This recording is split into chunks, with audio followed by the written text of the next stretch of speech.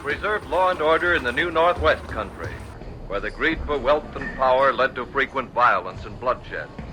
But in spite of the odds against them, Sergeant Preston and his wonder dog King met that challenge, and justice ruled triumphant.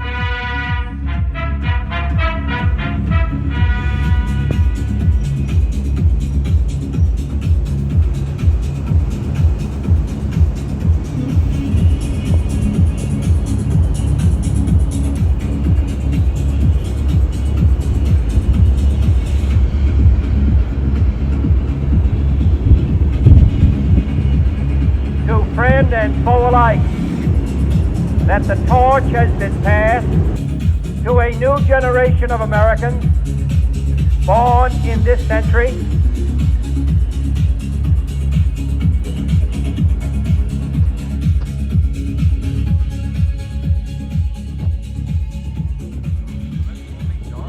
Blazes the trail through storm and snow for Sergeant Preston as he meets the challenge of the Yukon.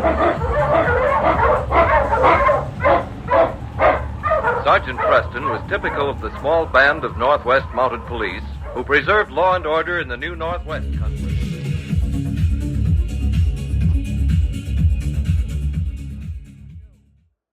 In a host of cooperative ventures, divided there is little we can do, for we dare not meet a powerful challenge at odds and split asunder. To those new states whom we welcome to the ranks of the free, we pledge our word that one form of colonial control shall not have passed away merely to be replaced by a far more iron tyranny. We shall not always expect to find them supporting our view, but we shall always hope to find them.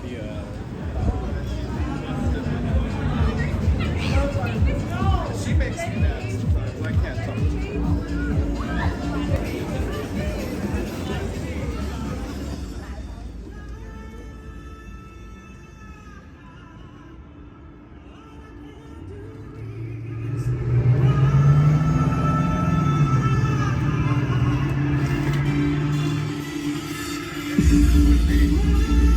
Jim heard the sergeant was staying in your cabin. We dropped over to ask him to stop by at our place tomorrow for a few minutes. That's so, well, you can... you might as well come in out of the cold for a minute and tell him yourself, I guess. I ain't delivering any messages for you. Why, Sam? Hello there, Jim. Hello, Sergeant. Well, we can sit down for a few minutes. No, sir.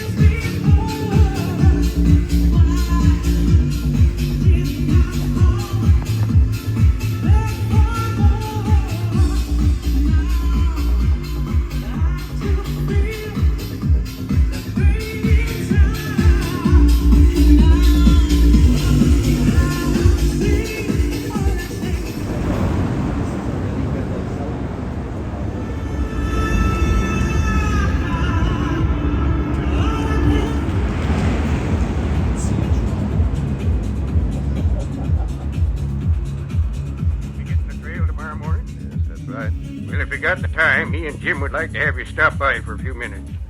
Seeing as how you kind of got off on the wrong track staying here. Of course, you come to it before you come to our place. So I can't say as I blame you much. But just the same... Look here, Sam Bishop, as long as you're in my house, I'll thank you to keep a civil tongue in your head. There's folks that are welcome in this house and them that ain't. Dad. And you don't have to get so high and mighty with me, you fish-drying kennel keeper. We ain't staying. And we won't miss you none when you leave. Just a minute, Bart. I think We're leaving, Sergeant. Like I said,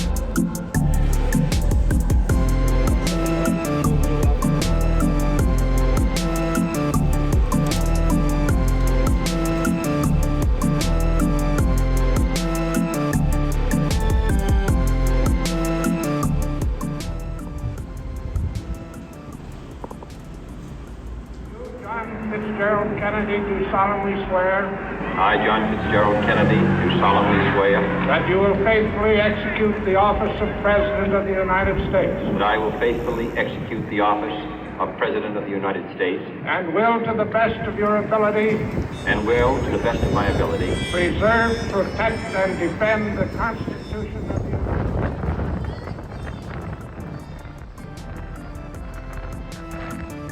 Although it was close to the time when spring would come to the North Country, winter still held the land in an icy grasp that would be broken only when the Chinook wind swept across it to free lakes and rivers and the snowbound earth. With the wind whipping about the snug building, the warmth and comfort indoors were welcome to the Mountie, and he leaned back, tilting his chair as he looked about him. No, Martin.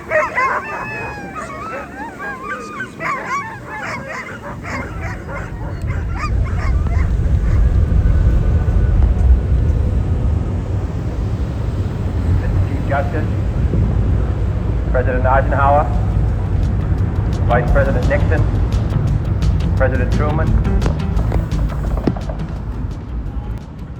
Get him moving. Get up, Bluegrass. Come on, fella. Get up there. Go on there. Get up, Bluegrass. More bullseye and coming. Get up there. All eyes were glued to the sled and dog team that were slowly...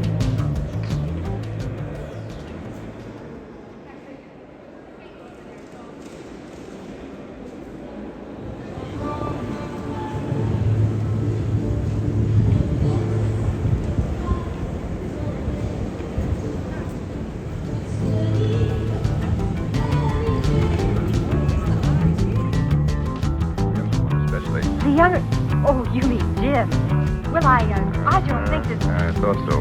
You thought what, Sergeant? When Jim walked in here, he had eyes for only one person in this room. You're not so difficult to read yourself. Well, I don't know. Let's hope it all works out for the best.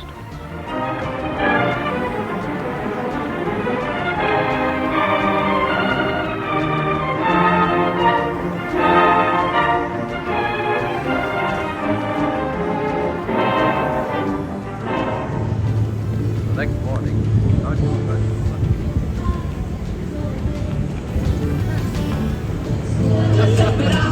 really want all my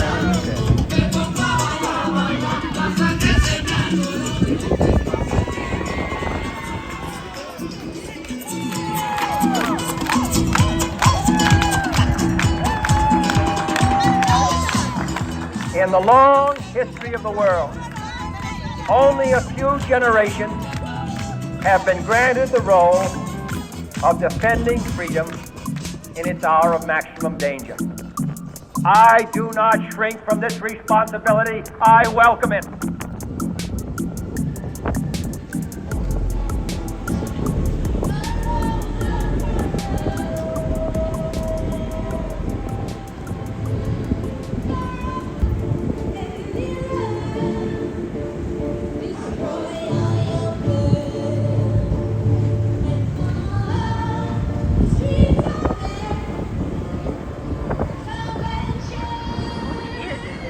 Well, he puts up an awful fuss, Sergeant.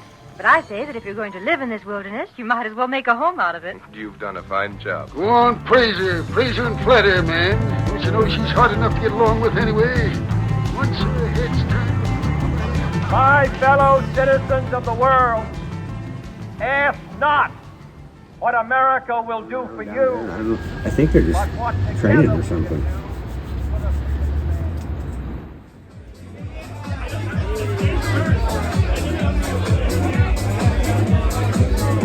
good conscience our only sure reward, with history the final judge of our deeds, let us go forth to lead the land we love.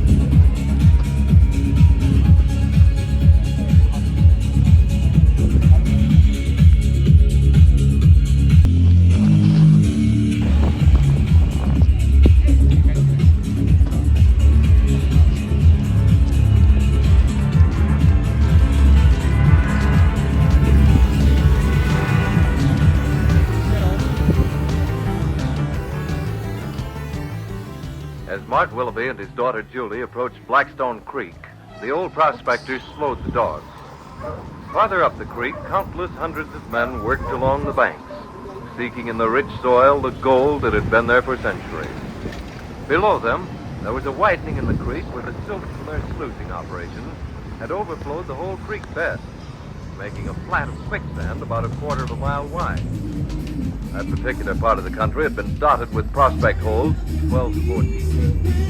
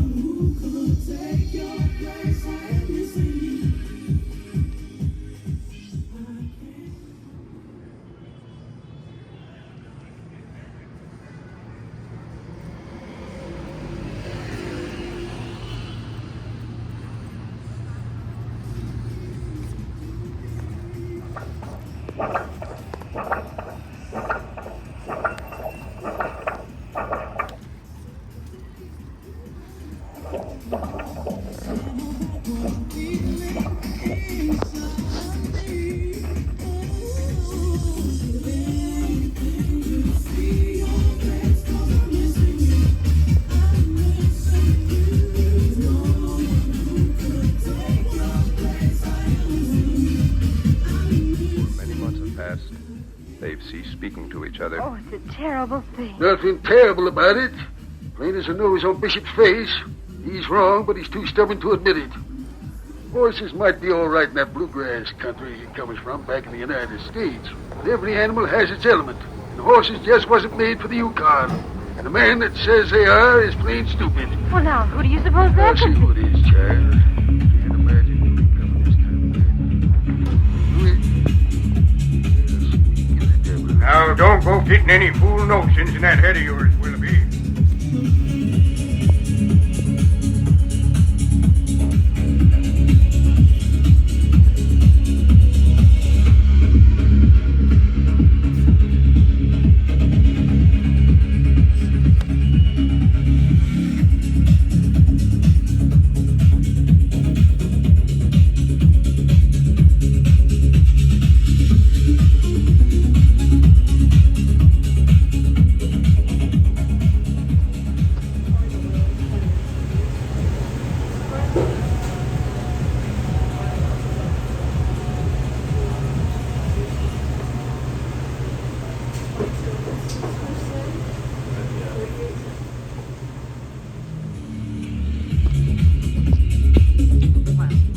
About a quarter of a mile wide.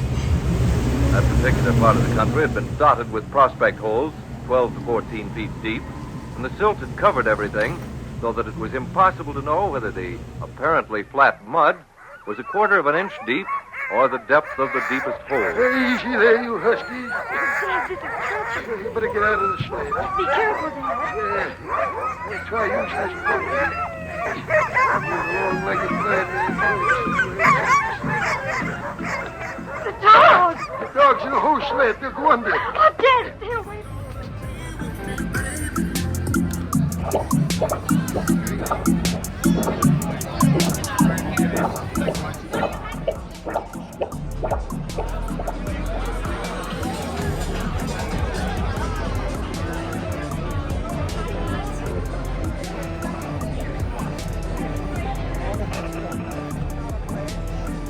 But a request that both sides begin anew the quest for peace. Before the dark powers of destruction, unleashed by science, engulf all humanity in planned or accidental self-destruction. You're more looking to the back. I know. Oh, yeah, look. I'm very aware. Child. Small, yes. No, that's not small. It's very big. Most people are like that. Yeah. It depends if it's cold.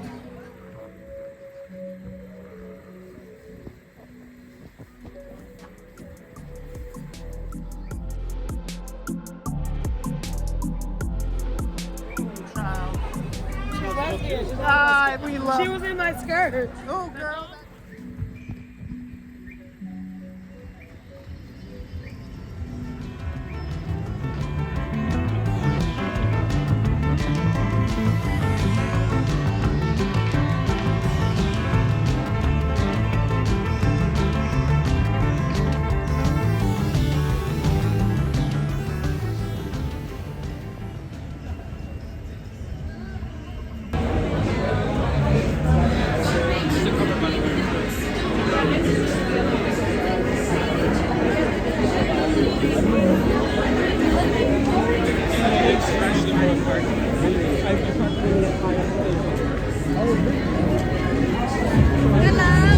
Hi.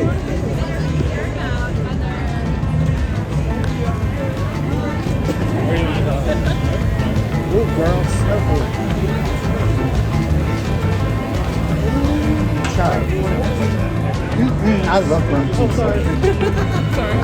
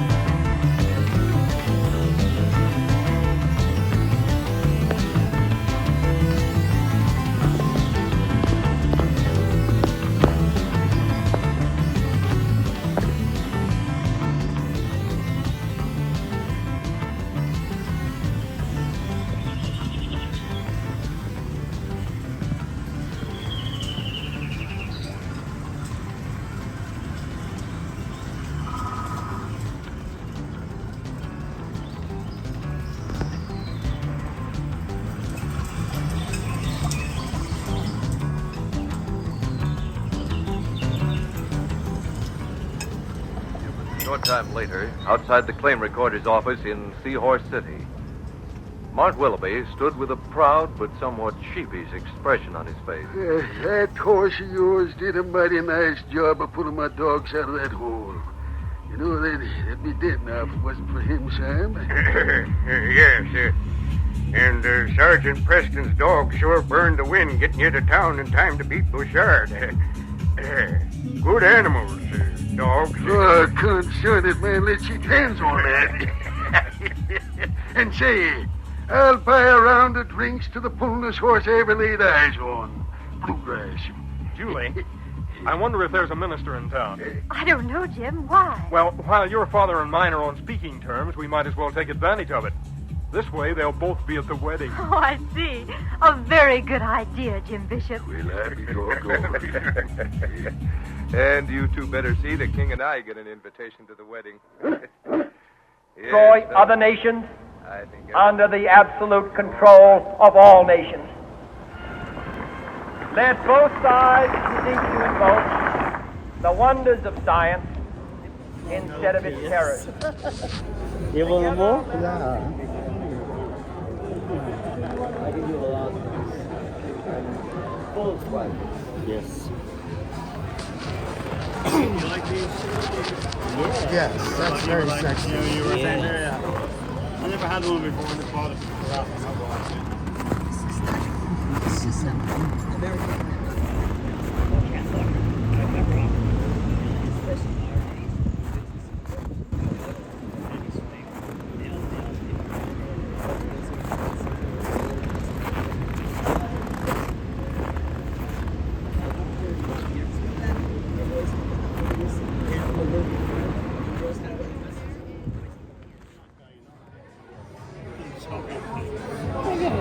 Nice shoes.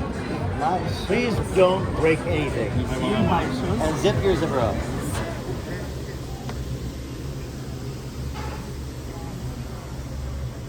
Let both sides unite in all corners of the earth the command of Isaiah to undo the heavy burden and let the oppressed go free. And if a beachhead of cooperation may push back the jungle of suspicion, let both sides join in creating a new endeavor, not a new balance of power, but a new world of law, where the strong are just, and the weak secure, and the peace preserved.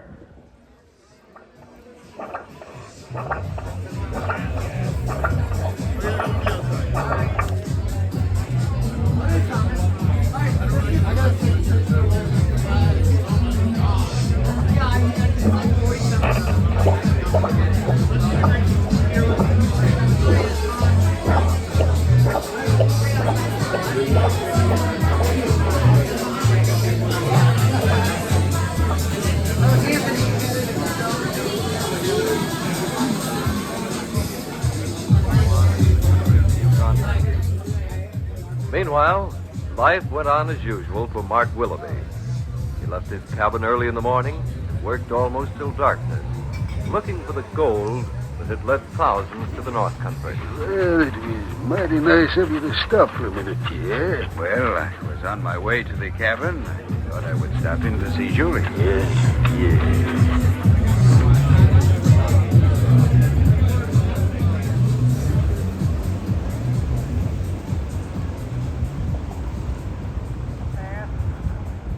Those who foolishly sought power by riding the back of the tiger ended up inside.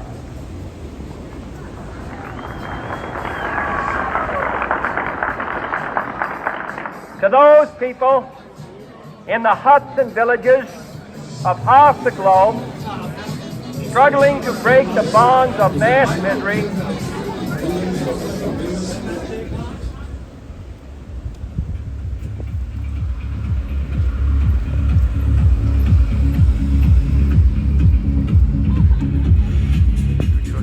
spot this morning. Why, it's the best. Here, let me get some more of that there dirt.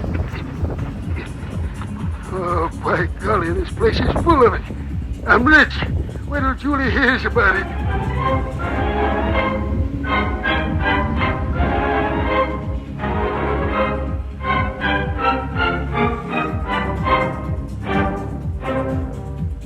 Several hours later, Mark Willoughby was back at the cabin, excitedly getting ready for a trip to Seahorse City. So I took one look at it, and I said to myself, this is it. We're rich, Julie and me. Dad? Yeah, well, hand me my Mackinac, will you, Julie? Here you are. You said Pierre Bouchard was with you at the creek. Yes, so we were. Well, he came by here not 15 minutes before of you got hope home. cannot become the prey of hostile powers. Let all our neighbors know that we shall join with them to oppose aggression or subversion anywhere. And yet the same revolutionary beliefs for which our forebears fought are still at issue around the globe. The belief that the rights of man come not from the generosity of the state.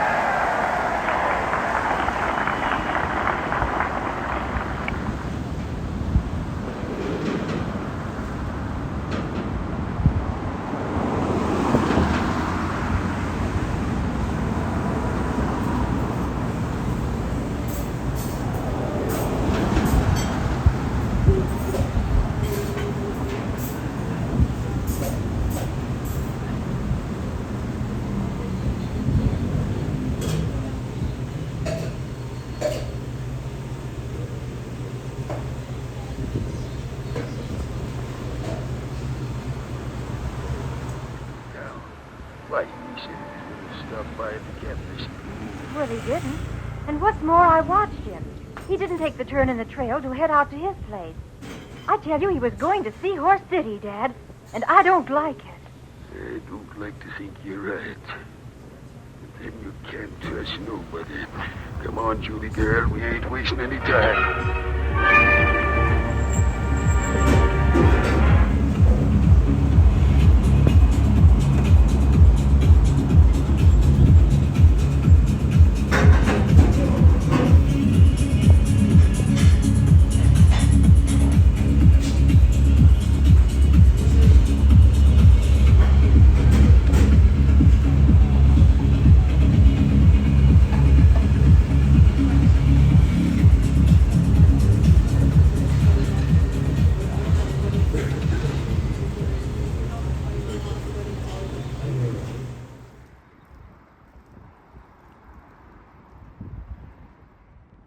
But a celebration of freedom, symbolizing an end as well as a beginning, signifying renewal as well as change.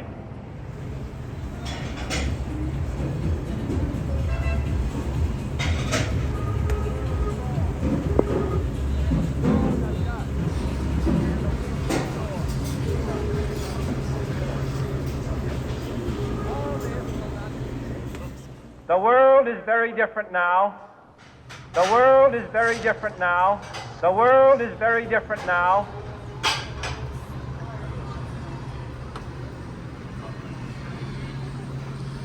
But like I said, me and Jim will be looking for you tomorrow. Good night, Mr. Bishop. Good night, Jim. I'll see you in the morning, Sim. Well, Sergeant, I thought you was a man of more choosy company. Dad, you certainly didn't make them feel very welcome. Why should I? You heard what they called me, didn't you? Kennel keeper.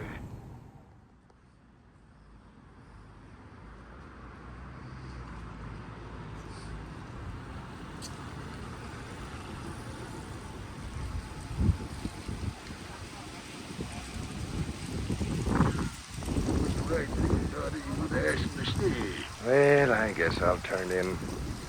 I hate to see two men as fine as you and Sim Bishop feuding over a difference of opinion, Mart. Yeah. Someday you might both need each other's help.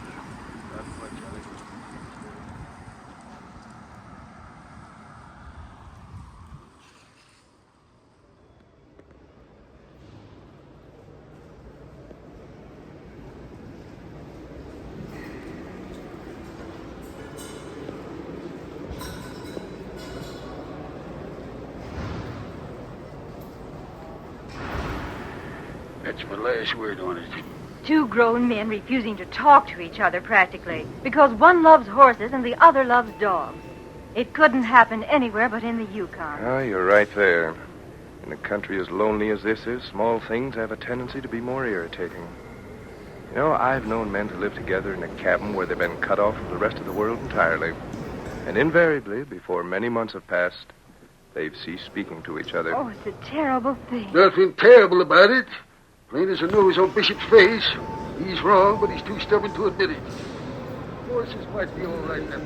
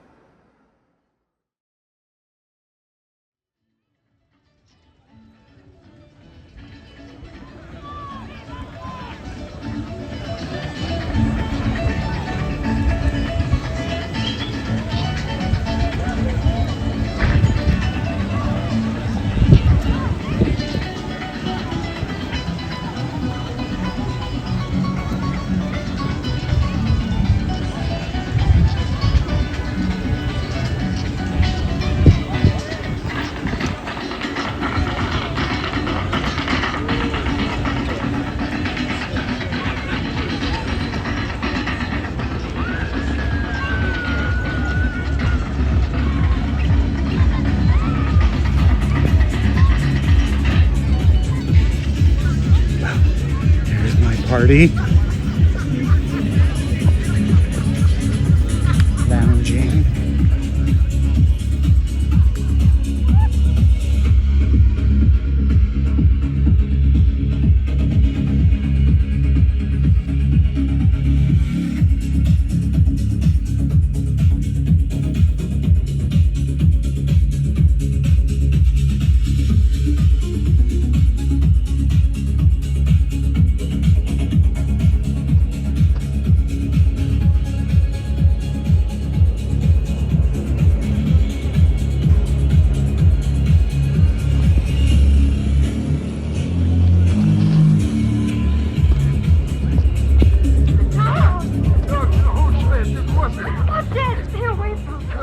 I gotta do something. I can't stand here and watch my own team be swallowed up like there was nothing. Oh, we've got to get help. Dad, look. Somebody's coming. I sure hope I get here in time.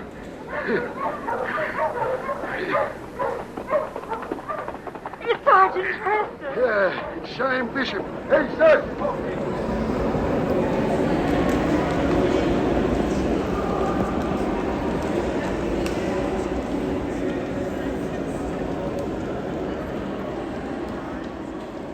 Planet. But let us begin.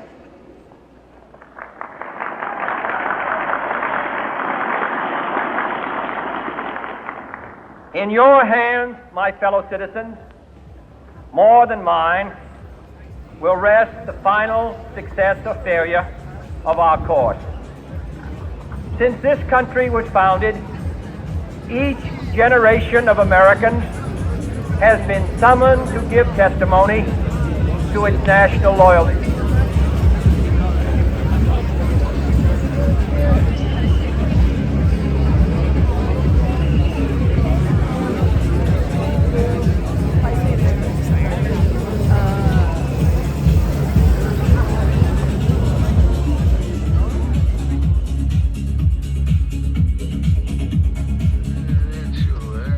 I'll have you know I just put up at Julie's fripperies to please a girl. Fine thing, I say, having drapes on the windows and everything. Mm-hmm. You object, hmm? Much good it'd do me if I did. That girl does pretty much what she wants to. Besides, she finds the time to spoil her old dad. What's that you're saying?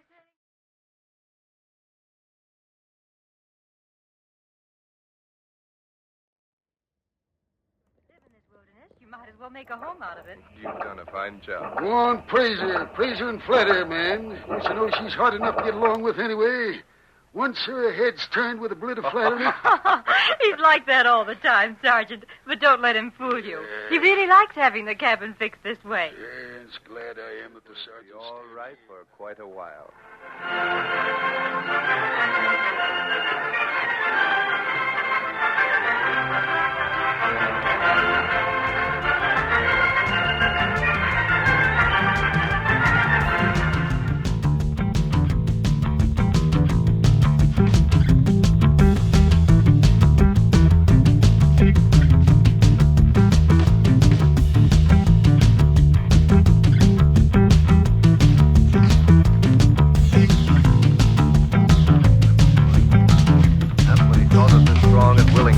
Finally pulled his dog team to safety, he also realized that Simon's pride in his horses was not unfounded.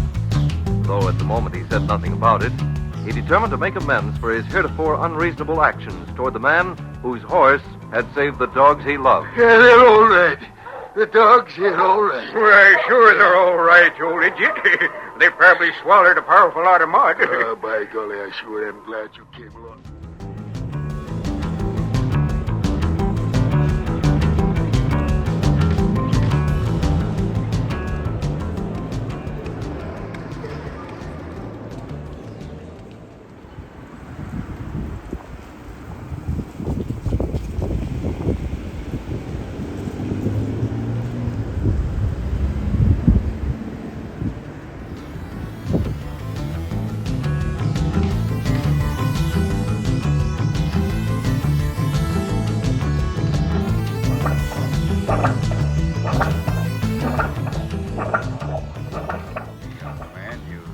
Like him, huh? Like him?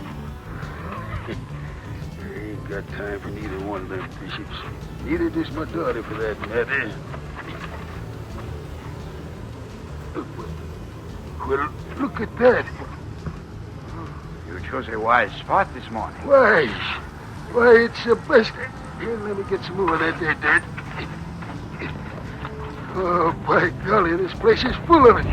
I'm rich. Wait till Julie hears about it.